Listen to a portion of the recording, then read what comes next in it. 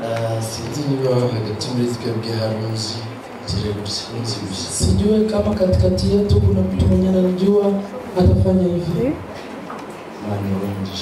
Mungu awabariki. Wenye mnijue mnyoshe mikono. Wenye Mungu awabariki. Jina yake Pastor Nalindo Fiston. Toto nyumbani. Ana mke mmoja na watoto 3. Na wengine watoto 3 ambao analea. Anaishi Kigali, Kicukiro, Kagarama. Anaombea kama kanisa nguvu za maombi ya amani. Mchungaji yake ndiye Done. Niko pamoja na baba wangu ambaye alibatiza hapa. Abatijwe muri 2009. Nimebatiziwa mdami nafu. Tarehe sikumbuke vizuri. Kumwe na mama wanjye wamuje by'umwuka. Ni pamoja na mama wangu ambaye alifunza vya kiroho. Kubera amashimisha. Watu kumchapika kwa vitu sana. Babyone ndi umukozi w'Imana uyu munsi niwe mbikesha. Kama leo niko mtumishi wa Mungu ni chini ya miguu yake. Yigiye munsi y'ibirenge bye. Nimejifunza chini ya miguu yake. Yigeze amanurira arambwira ngo uzava nk'umukozi w'Imana. Aliwahi kunitabiria akaniambia utakuwa kama mtumishi wa Mungu. Uzagenda amahanga. Utatembea nchi. Ejo nanone yaramanuriye. Jana tena alinitabiria. Arambwira ngo ufite ingendo. Akaniambia nina safari. Arambwira ngo urimo cyane rwose. Akamwambia ndiyo. So rero uyu mwaka mfite ingendo 2. Kwa hii mwaka nina safari 2. Yabimanuriye ngiye bizi batabizi. Alinitabiria na najua yeye hajue. Mfite urugendo rwo kujya muri Sweden. Na safari ya kuelekea Sweden. N'urundi rwo kujya muri Canada. Na nyingine ya kwenda Canada. Muri uyu mwaka nzabanza Sweden hanyuma njye muri Canada. Kwa hii mwaka nitaenda Sweden kisha niingie Canada. Shini Imana rero ku munsi ndi hano. Nashukuru Mungu kwa kuwa leo niko hapa. Ndi kumwe n'abakozi b'Imana Mababa na Alphonse. Na watu niko pamoja na watumishi wa Mungu Mababa na Alphonse. Inshuti zanjye cyane. Ni marafiki wangu sana. Mababa rimwe twari kuri Methodiste. Wakati mmoja tulikuwa kwa Methodiste. Hanyuma bajya kunywa amata. Wakaenda kunywa maziwa. Kubera icyo gihe inzara yari imeze nabi. Tule wakati njala ilikuwa mbaya sana. Ndabakurikira. Nikawafuata. Mababa arangije arambwira ngo subira inyuma. Kisha pastor akaniambia sema rudia nyuma. Arambwira Mababa ko nsubije inyuma. Kamuuliza kwa nini unanirudisha nyuma? Arangije arambwira ngo we ntabwo uri umuhanuzi. Akaniambia wewe hauko nabii. Icyo gihe nari munyagipimo. Ile wakati nilikuwa mkipimo. Hanyuma aje Kigali. Kisha salifika Kigali. Arangije mbonye. Saliniona. Aritonda abwira abantu. Akaambia watu kwa upole. Ntabwo nari nzi ko Imana igirira umuntu neza. Sikuwa najua kama Mungu anaweza tendea mtu mema. Arangije aravuga ngo iyo nza kubintu niwe wabinyibukije. Yeye ndio alinikumbusha. Iyo nza kumenya ko Imana igirira umuntu neza. Ningejua kama Mungu anaweza tendea mtu mema. Nari kubikomeza. Ningekuwa tu karibu yako bila kufanya bidii yangu. Yesu nashimye cyane. Amen. Nabonye so rero uyu munsi ni mu nshuti mfite. Leo marafiki niko nabo. Arimo. Marafiki yangu.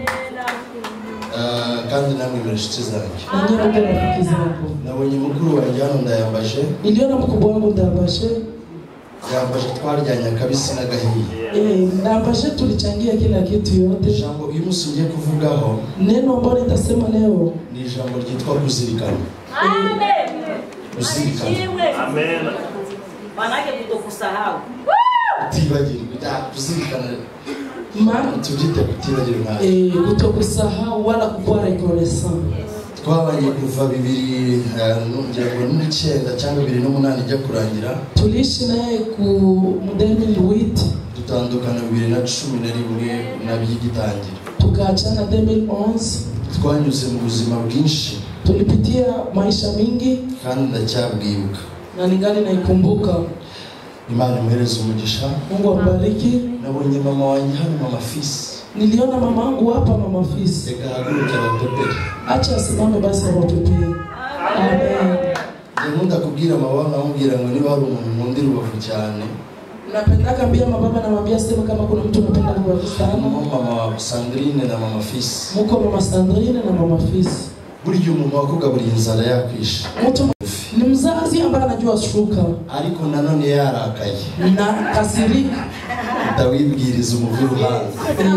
Jikumbushe hanyuma ugaruke nyuma y'iminota 30. Urudie kisha 30 minutes. Urasanga ari mutaraga. Utakuta mtu umeisha. Umukomera amashimisha. Umuchapika na makofi. Biblia iratubwira ngo nurakara izuba nirikarenga. Biblia inasema kasirika jua isipite na ungali na sirika. Wahamurakaje nyuma mbese wigendera. Kwanza tuende baya yako 30 garuki. Kisha 30 minutes utarudi. So mere rero nawe mama naye agira impuhwe.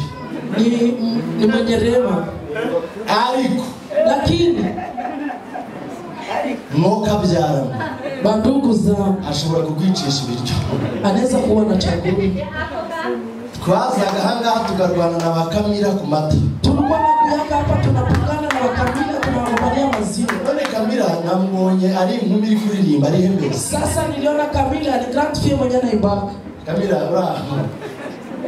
Undi babaga musigiye amata twazaga twibwirizaga tuvuye mu masengesho.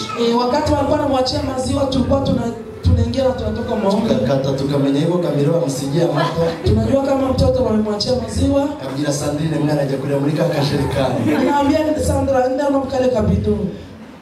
Dadi naye mwana guhereza umugisha. Je, Mungu na wakubariki. Agize neza kujuzana amata. Asante papa kwa kunatuletea maziwa. Tubakomera amashimisha. Tuacha kwa so ababyeyi wazuri sana. Amen. Amen. Hallelujah. Amen. Nikamwambia ngende mu rugo. Acha niwaambie mimi niko nyumbani. Naona faida. Naona faida. Mutware we Johnson. Bewake Johnson. Nabo barabavandimwe bacu cyane. Nabo walikuwa ndugu wetu sana. Amen. Amen. Ijambo bita kuzirikana. Neno wanaita kukuwa reconnaissant. Twinjire mu ijambo ry'Imana. Tuingie mu neno ya Mungu. Dushimiye abantu hano. Tukashukuru hapa watu. Gapira ugace. Unaweza ingia bunakucha. Pastor ajya kutubatiza. Pastor mbele atubatize.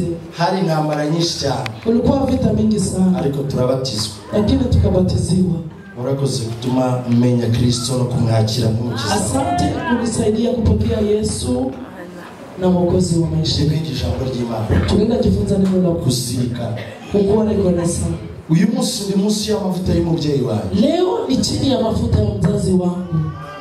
Uko munyemera cyangwa se uko muza kunyakira. Gizi mtanikubali wala gizi mtanipokea. Icyubahiro ni cy'Imana ye. Heshima ni ya Mungu wake. Kuko ndi munsi y'amavuta ye. Kwa maana niko chini ya mafuta yake. Kandi nta rutugu rukura ngo rusumbe ijosi. Hakuna libenge na kwa malaka kushinda shingo. Imana ishimwe mbonye ni Kabasinga. Bwana sifiwe. Nimeona iryo ngeni ryo zina nzi twakuranye turi abana batoya muri kariti. Tulikomana naye tuko watoto wadogo mkariti. Kuhereza umugisha mwinshi. Mungu akubariki sana. Wasanga hari linda afite. Inawezekana kuna nyingine. Basinga. Urumva ni Kabasinga na Basinga byose kimwe. Amen. Amen. Twiganye ku kigo twese muri primaire kurinda dukuze. Tumejifunza kwa masomo mpaka kubala. Nasengeye hano. Niliombea hapa. Nilikuwa gusengera hano 2014. Wakati nilikuwa hapa kwa 2014. Hano ngi Kigali. Nikatoka hapa kwenda Kigali. Kuko ni Imana yimbwiye kigiye kunyagurira. Mungu ndiye alikuwa ameniambia kama nenda nipanue. Ariko uyu munsi ngarutse mu rugo. Leo narudi nyumbani. Kandi Imana ishimwe ko nagarutse mu mwana w'ikiraro. Ni Bwana sifiwe kwa kuwa sirudie kama vile mtoto w'umwana w'umugisha. Nimerudia kama vile mtoto wa baraka. Amen. Ariko ninjiramo hano. Lakini wakati niliingia huko nicaye hariya ndimo gusenga. Nilikala pale wakati nilikuwa naomba. Imana imbwira yuko igiye guhereza mere inzu ya etaje iburasirazuba. Mungu akaniambia atapatia nyumba ya etaje. Nabonye inzu ya apartment nini cyane. Niliona nyumba ya apartment ya kabambe sana. Ahantu biti iburasirazuba mu Bugesera. Sijui basi banaita Bugesera. Mbona usanga iyo etaje. Nikaona napandisha kule nyumba. Imana irambwira ngo ntanuga ari kera. Mungu akaniambia haiko mbali. Ahubwo Imana izanye amaboko ku buzima Na Mungu bwawe. analeta kibali kwa maisha yako. Kumbe Imana masubira ntasanga. Ikindi turimo gusenga mushima arimo kudusengesha. Kingine mchungaji wakati alikuwa anatuombesha. Nagiye kubona mbona turi mu rusengero runini rwa etaje. Nikaona tuko mkanisa kabambe sana. Mbona abakristo benshi cyane. Nikaona wakristo wengi sana. Mbona abaririmbyi ni benshi cyane.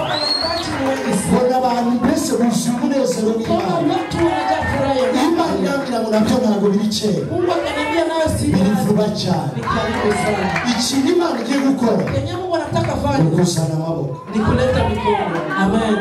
Amen. Amen. Hallelujah.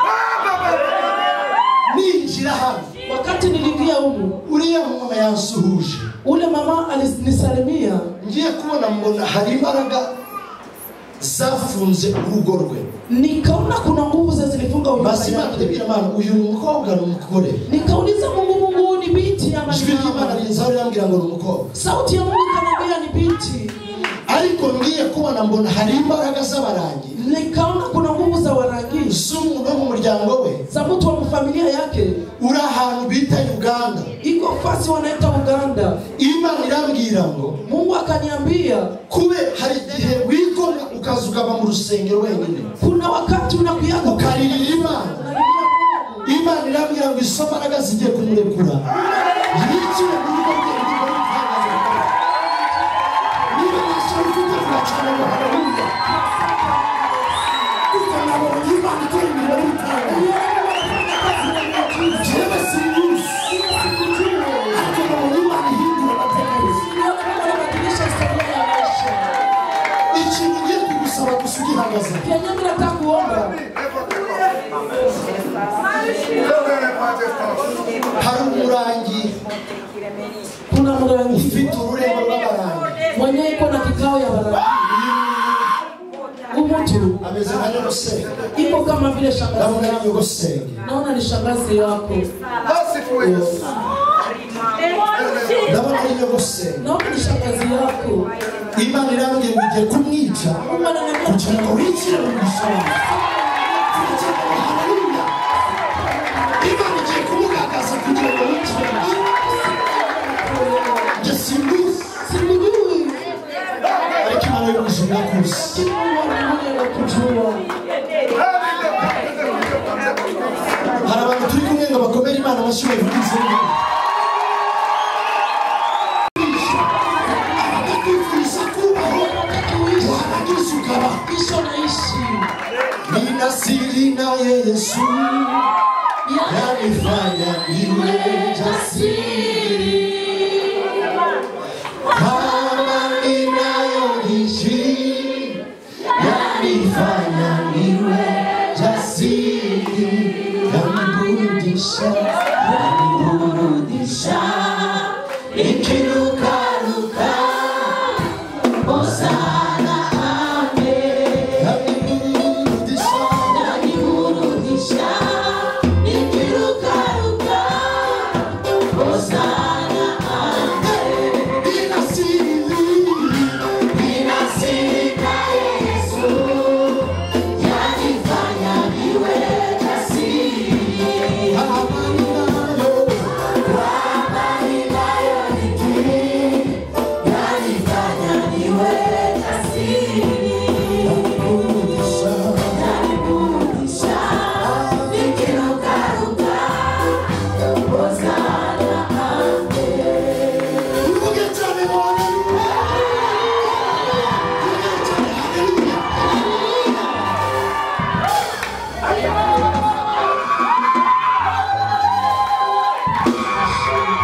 Niureba mu nda y'intumwa akaba ishanga rikomeye.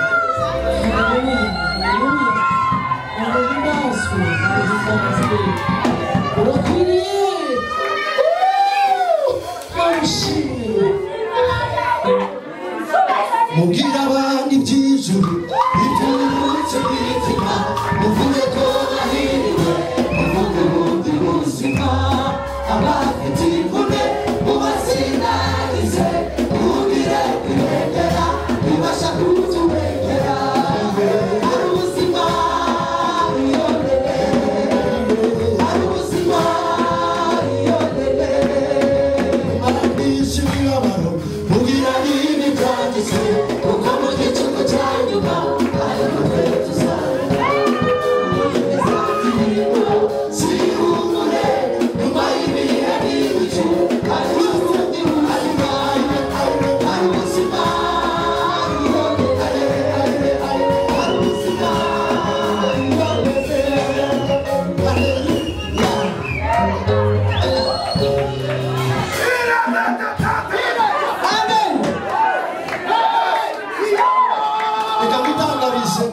Acha nikutangazie.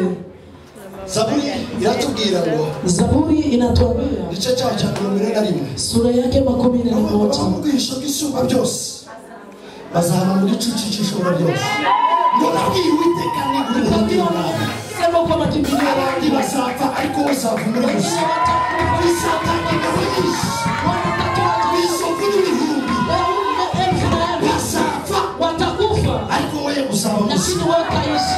reka dutangaze mu 2024 aha abandi baciye bagapfa niho nanjye naciye inzira abandi baciyemo bagapfa ibitanda kwa muganga baryamyeho bagapfa amaboko bicayeho bagakora amanuka n'umusatsi wicaraho ntacyo usingiye w'isirayeli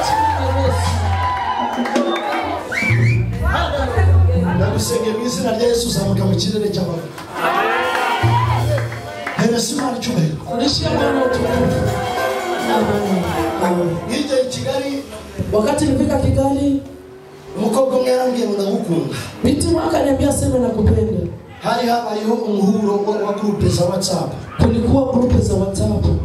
nangije Kisha ndamubwira ngo njye ntabwo njya nkunda nikamwambia mimi sipendanake kuko nakakunze akunda nagiye gushaka umugore juu nilikuwa najua kama nitapendana wakati nitataka kuoa. nangije ahita ndoka Kisha kaniloga amereza uburozi ndamurya akanipa ulozi nikakula. mbimenya hashize iminsi 2 ko naburiye Nikajua kama nimekula kisha siku fata amazi ndayanywa kakamata maji nikakunywa. ndasengera ndayanywa Nikayombea nikakunywa. bwa burozi mbona umuntu aje arabaze ahuguyemo nijoro saa saba Nikaona mtu anakuja na upelea nikoshe kwa phone.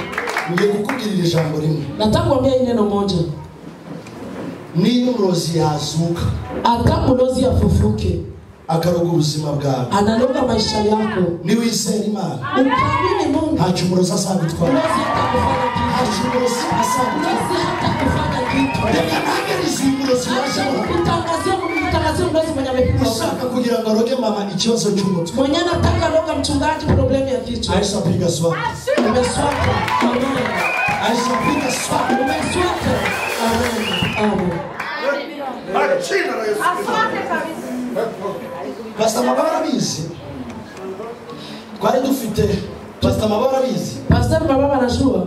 mu rusengero haje umurozi akajya asohora abantu agasohora Mulozi mukanisa mlikuwa kama mulozi anakuwa anatosha watu anatosha watu. rimwe turi kuwa kabiri mu byifuzo Wakati mwa siku ya pili kunahitaji numva ijwi rirambwiye ngo hari umurozi wajemo hano umupfumu nikasikia sauti inaniambia sema kuna mfumo aliingia. iyo twajyaga gusenga yakubitaga kunda gutya kumbe hari ibyo yambariye Wakati tulikuwa natafuta kama alikuwa anapigaka kutumbu hivi kwa benye alikuwa anavalia. ndabwira abantu ngo muzamure ibiganza Tunaambia watu upandishe nga mikono. mu mwami Yesu Kristo Sema Bwana Yesu Kristo. Kuanzia saa hii akajya kubitaho anakuwa anapiga tu hivi. rimwe Imana iratubwira ngo ibi ntabwo byashoboka Wakati mwa Mungu akatuambia hii haiwezekani. wa kabiri noneho Imana iramutwereka Siku ya pili Mungu akamutuonesha. urusengero yabaga ari mu rusengero Mukanisa wakati alikuwa mukanisa. akajya abwira abantu ngo bamubwira ngo barakuboshe Imana igiye kukubohora Bana anakuwa anamwambia bamekufunga Mungu anataka kufungua. akajya abwira ngo niba uzakwereka ukuntu babohora Anakuambia sema pia nikuoneshe jinsi akajya wanakufungua. akatanga imiti ya kinyarwanda Anakuwa naenda nakupa dawa za kishenzi. hanyuma rimwe Wakati mmoja amateraniro y'ibyifuzo asoje, mkutano wa mahitaji zaliisha, ndamubwira uze gusigara. nikamwambia kuyebakia. Hari kimana tugiye turi muze kugukorera tukagusengera itangazo bigiye kukuba. Kuko Kenya Mungu alituambia tukuombee miujiza itakuwa. Wakati mmoja Musi yanamwambia mereza ikintu uzirikiyemo hano. sasa tulimwambia tupatie kitu Kenya na Ngo ntacyo. akatuambia hakuna hapo. Waruzi twari turi kumwe mtama Mama Benita umupasiteri. Na bibi tulikuwa naye Aramubwira mutakiduhereza hari umwana wawe ugiye gupfa. akamwambia kama ukitupa kwa mtoto wako atakufa. Ari Uganda. Na iko Uganda. Akamwambia kanyibahereza. Akatuambia acha nikiwapa. Akakileta. Asabuna kandi kazirikiyemo hano. Akaleta na kengine kanafungiwa kule. Ijambo ry'Imana riratubwira. Neno la Mungu linatuambia Tuzarya ibitwisha. tutakula vya vitatu. Ariko ntacyo bizatutwara. Kile vitatu. Tuzagenda mu migezi. Ariko ntibizadutenda. Acha itatubeba. Tuzaca mu bibi by'umuriro. Pita moto. Ariko ntibizadufata. Kile moto haitatumguza. 2024 abantu bafite kuzirikana Imana muri bo ndetse batangaje ngo ntacyo muzaba kuko muri kumwe ukomeye kandi umugabo ukomeye ni Kristo.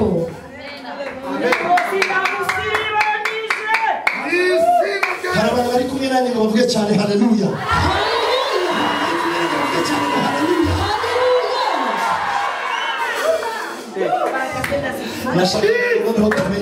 Nilikuwa nataka tujuane. Nidusoza uje reba hano. Nidusoza uze kujya imbere y'umushumba. Tukamaliza uende mbele ya mchungaji. Akuranike ibiganza. Atakunyoshia mikono. Avuge ngo Imana yanjye. Aseme Mungu wangu. Ikore igitangaza ku buzima bwawe. Afanye muujiza kwa maisha yako. Utarongorwa. Kama hauolewi. Kandi ukarongorwa n'umugabo mwiza. Na hauolewa na bwana Usameye ko nta Mana tugira. Ujue kama unataka na Mungu. Kuko agahuruka abazimu kagiye gushya. Sio kidunia unapokuwa nataka Mungu.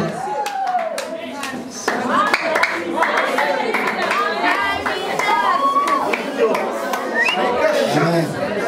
Tuingie maneno ya Mungu. Ngereza mugenzi wawe kumenya kuzirikana. Ambia mwenzako aseme kukua reconnaissant.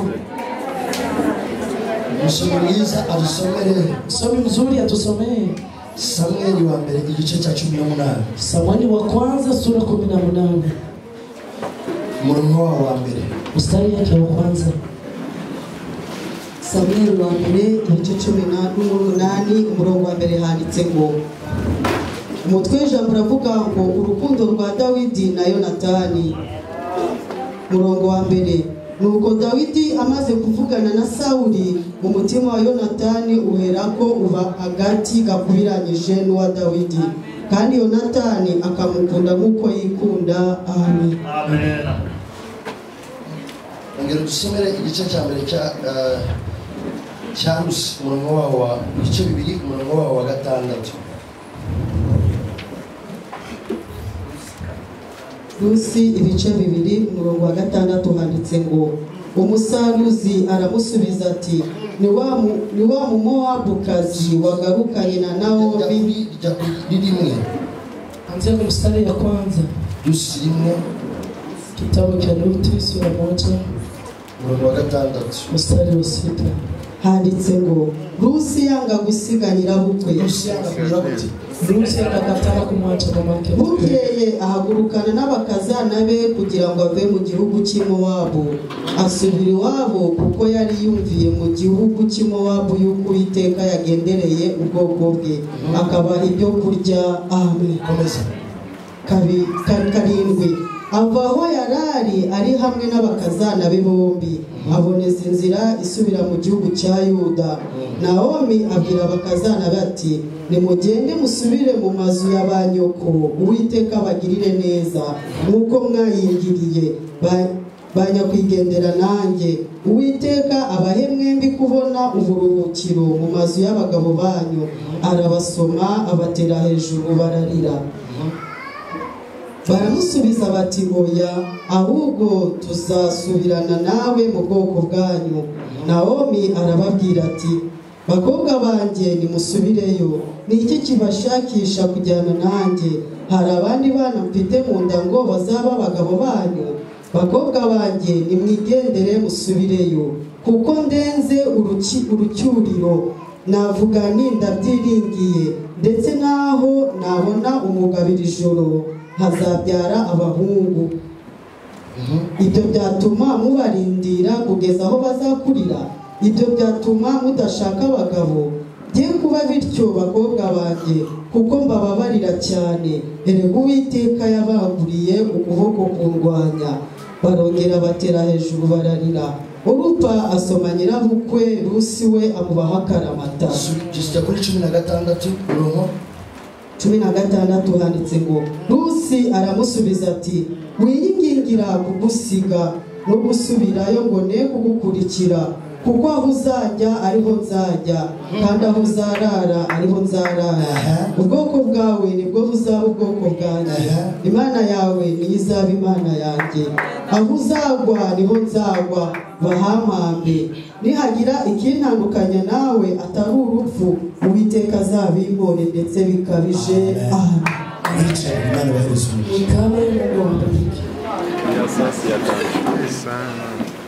nano tugiye kwiga ijambo ry'Imana. Iminota mike cyane tunaenda jifunza neno la Mungu miniti mfupi sana kidogo.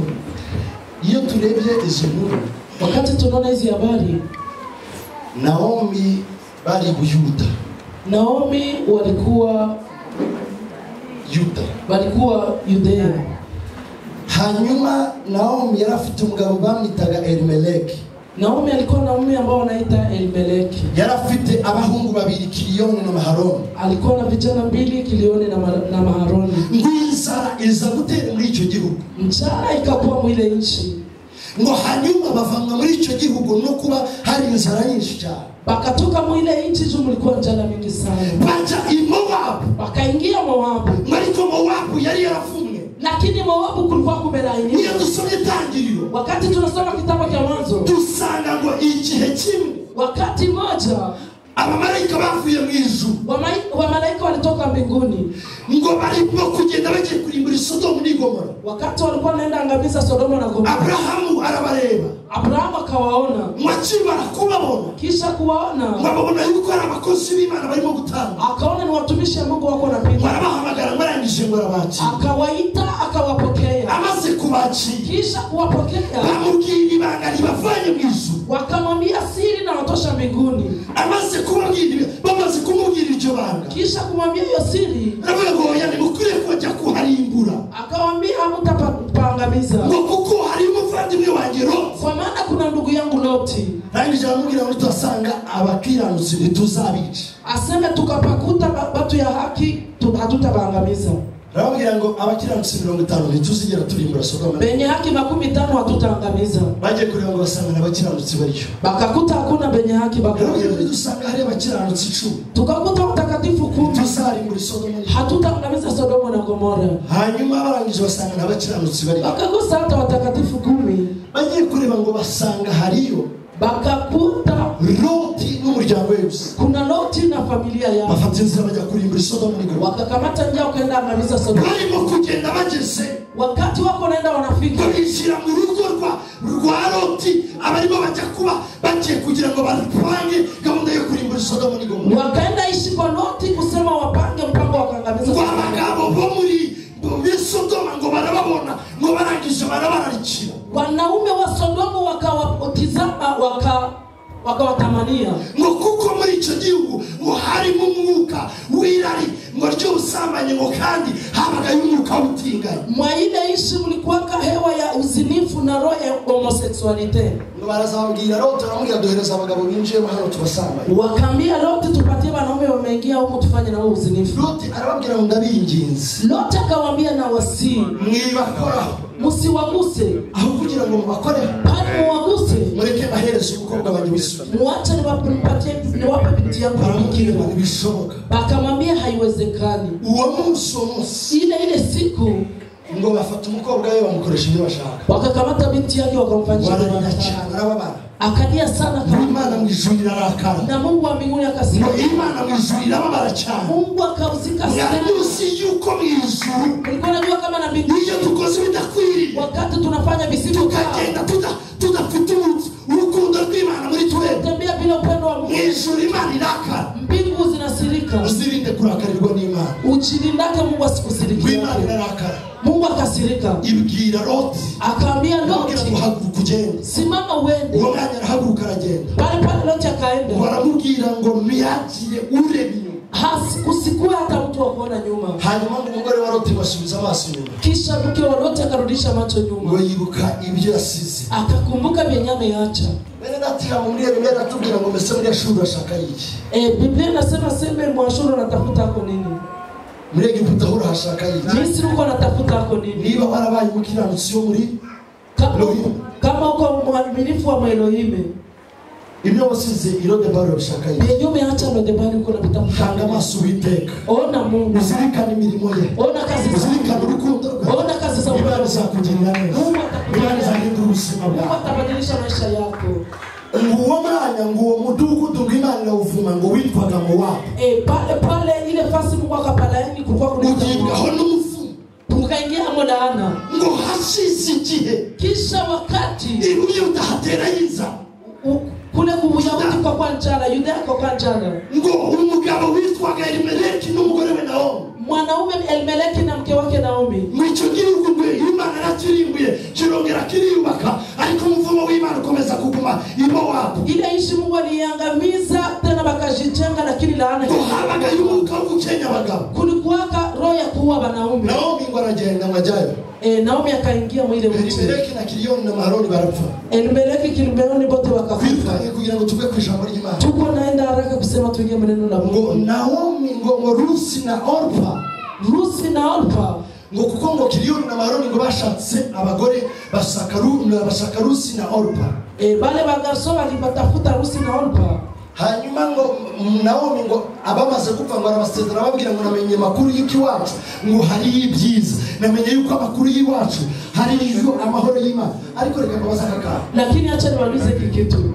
Ninde muntu wari wahatinyuka ngo hagarare mu muhanda babwire ngo muri Elohim dufite Imana igenda na nani njoo shaka simama barabara seme mu Elohim muko vitu vya mzuri tuko na Mungu kugira ngo itorero Elohim risatera imbere rizagira abantu benshi. Nitwebwe tuzavugira mu ruhare, nitwebwe tuzavuga Imana yo muri Elohim. Bazajya bavuga ngo dusenga inzoka, bazajya bavuga ngo tukikuzimu, ariko twebwe tubabwire ngo hari Imana. Imana ikora imirimo n'ibitangaza, Imana igenda n'amaguru tukayibona, Imana iturinda impfu. Mungu mwenye anatulindaka vifo. Abantu bazaza gushaka iyo Mana. Watu watakuja tafuta ule Mungu. Ariko tutavuga imirimo y'Imana yo muri Elohim. Tuseme kazi za tutavuga Imana y'umushumba wacu. Hanga abantu bazamenya Imana yo muri Elohim. Kubera kuzirikana. Tuya kukuwa reconnaissance. Rusi abwira Naomi. Rusi akaambia Naomi. Namubwira ngo sinshobora. Siwezi kukuvaho. Kuacha. Ni bande bazahagarara bakabwira mama. Banani nje batasimama bataambia mama. Namubwira ngo Imana yawe izaba Imana. Aseme Mungu wako atakuwa Mungu wako. Yewe bazamamba. Bazaguhamba. Kwenye batakuzika nani bazahamba. Njoo pasi batamizika. Ni bande. Ni banani? Ariko tumaze gusubizwa. Lakini sasa tunapata majibu. Usirikana turabyibagira. Kukuwa reconnaissance.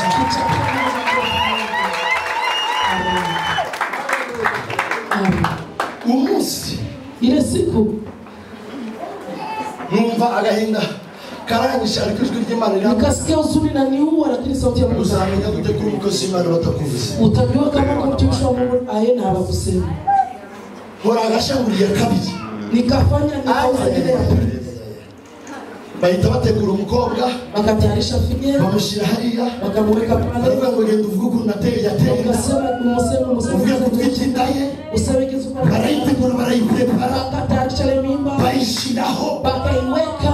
umukobwa araza ageze imbere y'umushumba ule fia akakuya sana kama mchungaji. Acha niwaambie dufite abashumba bari mu mwuka bw'Imana. Tunakuwa tunasaza umushumba n'impumiye usikwenda umushumba kabasoni kwa mchungaji mwenye na macho ya kiroho. Aramubwira ngo akamwambia bigamubasi acha nikuulize ngiye guhagarika umukozi w'Imana Kristo. Nataka simamisha mtumishi wa Mungu.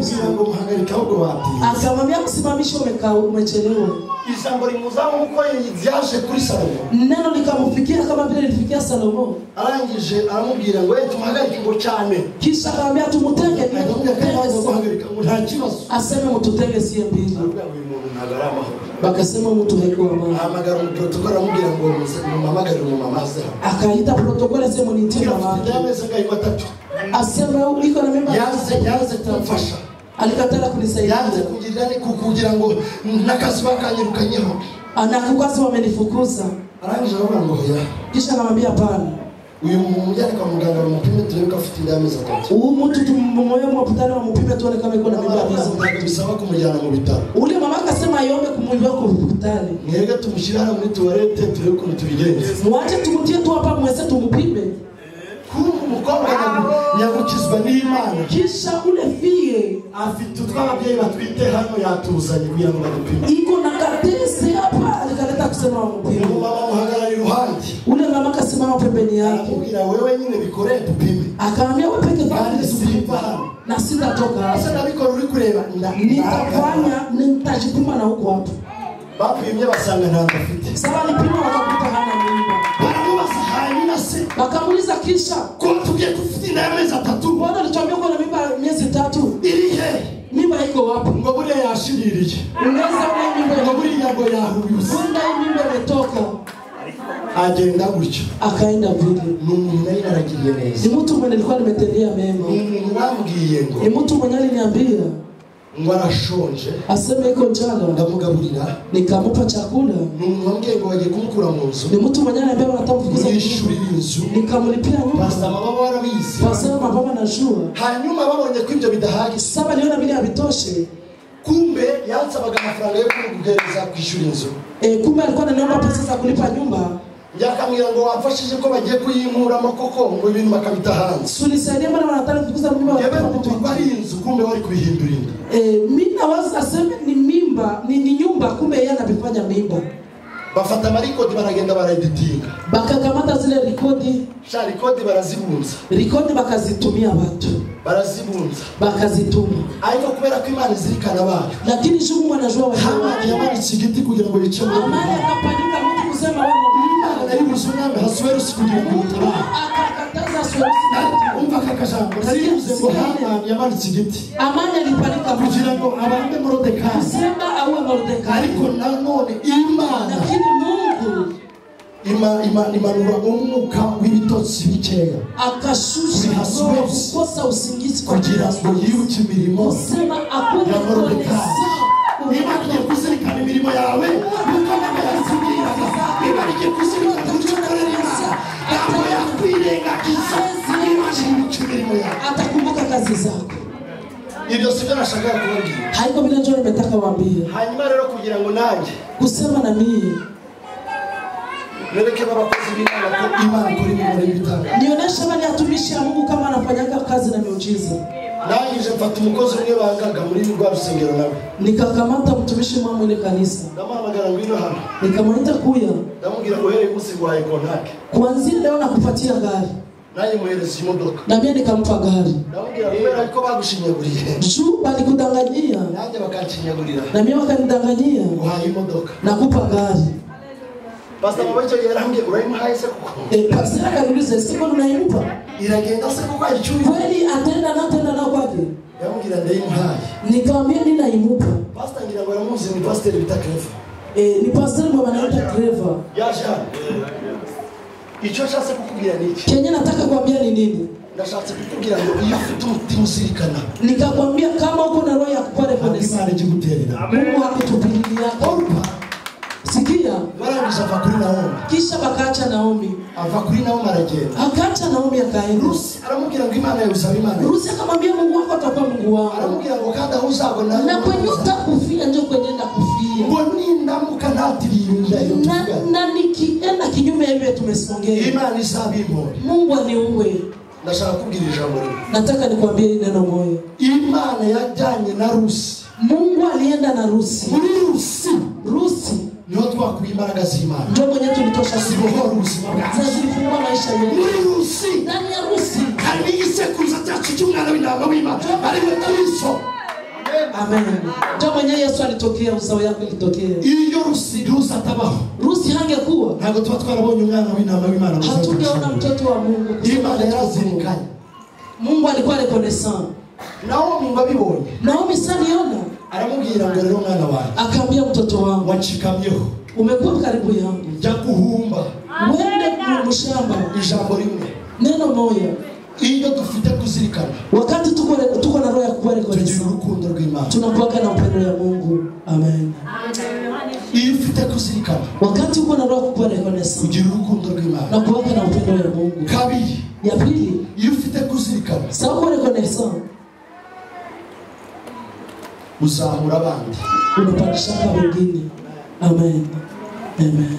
Gatatu, Ya tatu, iyo ufite kuzirikana, wakati uko tu rekonesa, ugira umutima uciye bugufi. na kuwa na roho ya kushuka, Ntabwo wizamura hejuru. haupandishake mabenga. Kwa hiyo wizamuye hejuru, Kwa maana ukajipandisha, Imana iguca amaboko. Mungu anakukatika mikono. Rero natareka mbabwire, Wandugu, acha niwaambie, nta muntu uva ku rwego ngo agere ku rundi rwego. hakuna mwenye anatoka Atarugejejweho n'undi muntu. hivyo, na hakuna mwenye Bigeze anamrudisha. gukora akantu kuri YouTube, Niliwahi fanya kitu ku YouTube. yasanze ahantu. Mtu alinikuta fasi, Nanjye arambwira ngo aretse tugakora ikiganiro. kisha akaniambia acha tufanye maongezi. Numva ijambo rinjira mu mutwe wanjye. Nikasikia neno naingia kichwa changu. Mbwira umuntu amubwira ngo ubuntu buduha abantu bakaduha ibintu bikazomushima Imana. Neema inatupatiaka watu wanatupa vitu vinatuma tunashukuru Mungu. Nutakaza umuntu uzamenye kutakaza ibintu. Ukapoteza mtu, jua kama umepoteza kitu. Nutakaza umuntu uzamenye kutakaza abantu. Ukapoteza neema, jua kama umepoteza Iyo ufite watu. umutima uzirikana, Wakati uko na roho ya kukuwa rekonesa, umenya kubaha buri muntu wese. unajuaka kuheshimia kila Kuko mtu. utazi icyo Imana izamuhindura benshi. Haujui kenye Mungu atamgeuza Birashoboka kesho. umuntu uzazamura amateka yawe. Inawezekana kwamba mtu atapandisha Ni swali wa mukozi uba mu rugo rwawe. ni yule mtumishi mwenye anaishi Yiga kuzirikana buri muntu wese funze kuwa rekonesa kwa ibyo kila yakoze ku buzima bwawe. yenye kufanyizia maisha yako. Abantu urukundo rwadushizemo mu rusengero, Batu upendo imetukauka makanisa. nta rukundo tukigira. Hatukwake tena na upendo. Abantu twabaye ubanya mwigendaho, Batu bashaka kwamba kupana chitembea. twatakaza urukundo rw'Imana, dutakaza n'urukundo rwo gukunda bagenzi bacu. Tumepoteza upendo wa Mungu, tumepoteza na upendo wa kupenda wenzetu. Aho umuntu bamufungira miliyoni 2 kandi uzifite kuri konti, ushobora kumuhereza izo miliyoni 2 bakamufunga. Kwenye mtu wanaweza mfungia 10 milioni na huko anaweza kukonto naweza zipana wanamfungula. Kubera iki? Kwa nini? Urukundo rukera. Kutokuwa na upendo. Muri njarenge ngo zirikana ngo Imana yagukuye. Mwimbaji akasema sasa nimekuwa nakumbuka kwenye Mungu alikutosha. Azasubira inyuma ukibagirwa. Usirudi yake nyuma unasahau. Ujigira neza wigendere. Kuwa unatenda mema Neza ujiendelee. Imana uzayisangira. Mema ya Mungu utaikuta mbele. Amen. Iyo bitaza kuba mfite kuzirikana ntabwo nari kuza hano ngo mama nyakire. Singekuwa rekonesa, singekuwa mama ananipenda Ariko sinigeze ko byibuze namubereye umwana mwiza, arangije arambwira ngo mwana wanjye ngo waya gatuti. Amekumbuka kama nilikuwa mtoto mzuri, akasema mtoto wangu nakupa madhabahu. Ndio. Ntabwo ubuzima bwawe buzasazira muri Rubavu. Maisha yako haitazekea hapa kwenye tumbo. Ejo Imana izakujyana ahandi hagutse. Kesho Mungu atakubeba nafasi nyingine kwa kutanuka. Ejo Imana izakujyana muri Canada. Kesho Mungu atakubeba Canada. Ejo Imana izakujyana muri Europe. Kesho Mungu atakubeba Europe. Ariko imirimo wakoreye muri runo rusengero, Lakini atakuwa anakukumbuka. Eliya azirikana uburyo yagendanye na Elisa. Elia akakumbuka jinsi alitembea na Elisha. Aramubwira ngo Elisa asigara hano. Kaambia Elisha bakia hapa. Arabyanga. Akakataa. Ngo ahagurukana na Elisa. Akasimama na Elisha. Bamuhereza umugabane we wa kimwe cya kane. Akampatia moja umugabane w'imanzi. akampatia moja ya kukarama zake. Mama uratashye. Mama unarudi? Icara aramubwire. Nikana pale nikwambie. Igakuzirikana. Jifunze kuwa rekonesa. Nuzirikana abandi. Kwa kuwa rekonesa ko Imana iteguye gukora ibintu Mungu n'ibitabo. atafanya kazi na mimi. Ntukazirikana ibibi abantu bagukoreye. Wewe nakumbuka mababa Abantu tureba ibibi abantu watu bagukoreye. tunaona mabaya yenye Ariko balitufanyia. ibyiza tukabishura. Lakini vizuri tunavisikia. Wibuke yuko hari umuntu wigeze agusapotinga kugira ngo ugere aho ugera. Kumbuka kama kuna mtu alikusaidia. Wibuke yuko hari umuntu wagufashije kugira ngo wige amashuri yawe Kumbuka yarangize. kama kuna mwenye alikusaidia. Iyo amaboko akurekuye, Imana itegura andi maboko akuzamura. Mkono wako kuachilia. Iyo amaboko akurambiwe, Imana itegura andi maboko akugeza gusubisha abantu. So wige kuzirikana abandi. Jifunze kukuwa Imana rekonesa. zawe izakuzirikana. Kumbuka wengine Mungu Zamura ibiganza byawe hejuru. nyosha mikono yako. Bwira Imana ngo Mana bakuzirikana. Ambia Mungu nipatie kukuwa rekonesa. Kumiriza gato y'Imana ngo Mana Funga bakuzirikana. macho ambia Mungu akupe kuwa rekonesa. Bwira Imana ngo bakuzirikana. Ambia Mungu nipatie kukuwa Mu rekonesa. mutima uzirikana. Nipa roho ya kukuwa rekonesa. Imana nawe yiteguye kukuzirikana. Mungu natakwenda kurekoneta. niba Dawidi yaributse akasirikana kama Daudi alikumbuka akajya kuzana Mefibosheti Lodeba, anaenda leta Mefibosheti Lodeba. nawe hari umuntu Imana igiye gukoresha bakuzirikana, nawe Mungu anataka nawe hari umuntu Imana igiye gukoresha bakuzirikana ibyo wakoze, Mungu anataka nawe hari Imana igiye kuzirikana ubuntu bwawe, Mungu atakumbuka iguhereza gukura ku rwego urimo, ikugeza ahandi hantu, atakupa tosha kuliponya huko ndani. manura ibiganza byawe, Shusha mikono yako. reka mbwira kakao, Acha nikwambie soza kwa kumaliza, Imana Mungu nta na rimwe uzayibona ihagaze hano ikubwire ngo nguhaye imodoka. hakuna hata siku moja muona Mungu anashuka kwambia nimekupa gari. Wapi? Hapana. Buri sezerano ryose Kila ahadi yote nyoko nayo Imana yarishize mu muntu.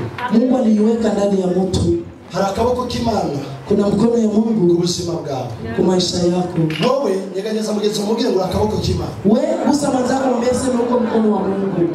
Amen. Reka mbabwire wambaye imodoka ya mbere ni umuntu uba muri UK Simuzi aba mu Bwongereza kugeza na n'ubuzima. Mwenye alinipa gari ya kwanza iko Angleterre simujui. Na nubwo yanyenye n'isura ye ngo nyire. Alikataraka nipa na sura yake niyo. Yarambwiye icyo ndimo gutegura ndashaka kuza mu Rwanda uzabona. Kenya niko natayarisha na nataka nikiwe Rwanda utaniona. Imyaka kuva muri 2021 kuva uwo munsi sinari namubona, ntabwo yarambwiye ngo sinzashyira ifoto kuri profile no kuri status wira utazabona. Sita kuonesha sura yangu kusema utini. Ariko tukanambwira ariko uri kivejuru cyangwa uri kizi.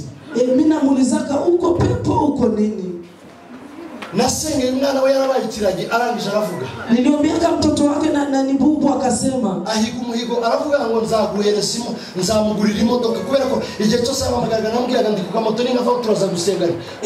Wakati yote alikuwa ananiita sema niko kwa moto nikatoka kwa moto ndakuombea. Ahiga umuhigo aravuga ngo igihe ndewe Imana nimwirisa umwana nzamugurira imodoka. Akatia nazira sema mtoto wangu akasensi kwa atasema nitamuzia gari. Uwangura imodoka ya kabiri we turasiranye. Mwenye niluzia gari ya pili yetu najuana.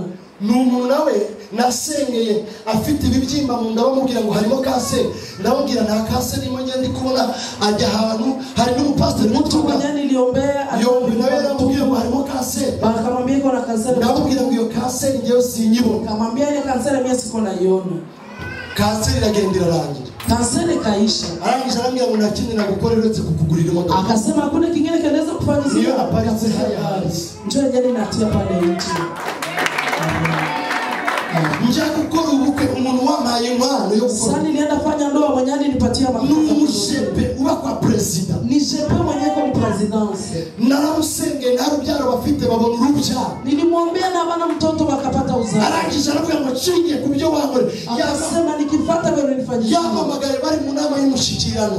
Aliniita na bako mwiherero igabiro. Akaniita na bako murenyo. Arambwira ngo numvise yuko ufite ubukwe. Akasema nilisikia uko na ndoa. Arabaza ngo barakora. Akaniuliza sema umeshapana mali nikasema. Arambwira ngo imano ni ngewe uzayiguhereza. Akasema dote menjo ndakura miliyoni ebyiri ndagukwa. Akatosha demi akaenda donika. Imodoka nagende wasafe witi. Gari za nilitembelea ndani. Mama wambwiye ngo cingiye ko Imana yavuganye nangu uzagendera muri Vewiti. Nikafuatilia gizi Mungu ndashaka gusohoza isezerano ry'Imana yavuganye nawe. Nataka nitimize ile ahadi yenye Mungu alinipa. Vewiti nzigendera. Akanipatia zile magari nikazitembelea. Wamaye Vewiti. Mwenye nilipa Vewiti. Nanjye bari bagiye guteza inzu cya munara. Balikuwa nataka uzisha nyumba yake. Mfata amafaranga nari mfite ndayatanga kugira ngo bataziteza cya munara. Nikakamata inesa yasindangije ndayimwitu. Na mimi nikamulipa mema nyali nitendea.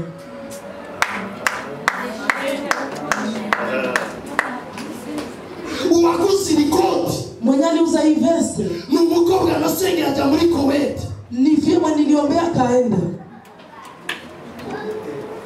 Kuwait. Akaenda mkowete. Reba mugenzi wamubwire ngo ona mwenzako mwambie niwe kaboko Imana yashiye ku buzima bwawe. Wewe ndio mkono Mungu aliweka kwa maisha yangu. Utegereza ko umugisha wawe uzava mu ijuru. Kugira nawe uzigera ubona umugisha wawe niwo wicara. Baraka yako ndio mwanonekana nayo. Amen. Baza mugenzi wawe wicaranye ubese bariye. Uliza mwenzako mwanonekana naye. Nakubwira ko nakubwira ko atariye umugabo. Akakwambia hana chakula, mupe chakula. Mupe chakula. Yes. Harimo amagira Imana yo kwihagarara. Kuko baba anapaka na karama za kujisimama. Yeye ariye kabisa. Yeye alikula. mubaze ngo urashonje cyangwa bariye. Uliza mwenzako aseme huko mchana wale ulikula.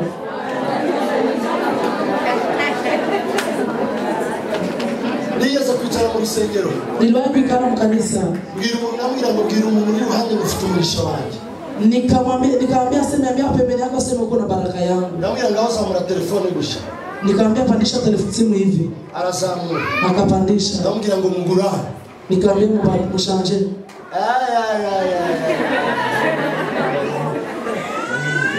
Bamwe baragurana, bamwe bakashanje, bandi barahinduranya, wengine wakafabi wanafanya. Ariko mugirije ukuri. Lakini nikamwambia hano wateye haleluya. Uko manyani tu haleluya. Akatuma haleluya sana. Mungu alikuwa ananiambia atalipa telefoni ya dachi. Uwo mwanya mugenzi we ababonye igisubizo. Pale mwenzake akapata jibu. Undi ababonye telefone akakabatushi. Mwingine akapata ka telefoni kama tushi. Akuramo isaha. Akatosha saa. Arayimuhereza. Akampatia. Ndaravuga ngo ngene arifite ikibazo cy'isaha. Mimi nilikuwa na shida ya saa. Ndaravuga ngo ngene afite akabazo ka telefone ntoya yo gushyiramo isimukadi. Mimi nilikuwa na problemu ya telefoni kidogo ya kuweka ndani. Yeganyeza mugenzi wangu icyo hararutswe harugikeneye yakibona agashimira. Amina wenzako sema kile tunyona chini icyo hararutswe harugikeneye yakibona agashimira Mungu. Amen. Amen. Turajemerera ngo muzamure ibiganza. Tunyoshe mikono tena hivi. Dukomere Imana amashyi cyane.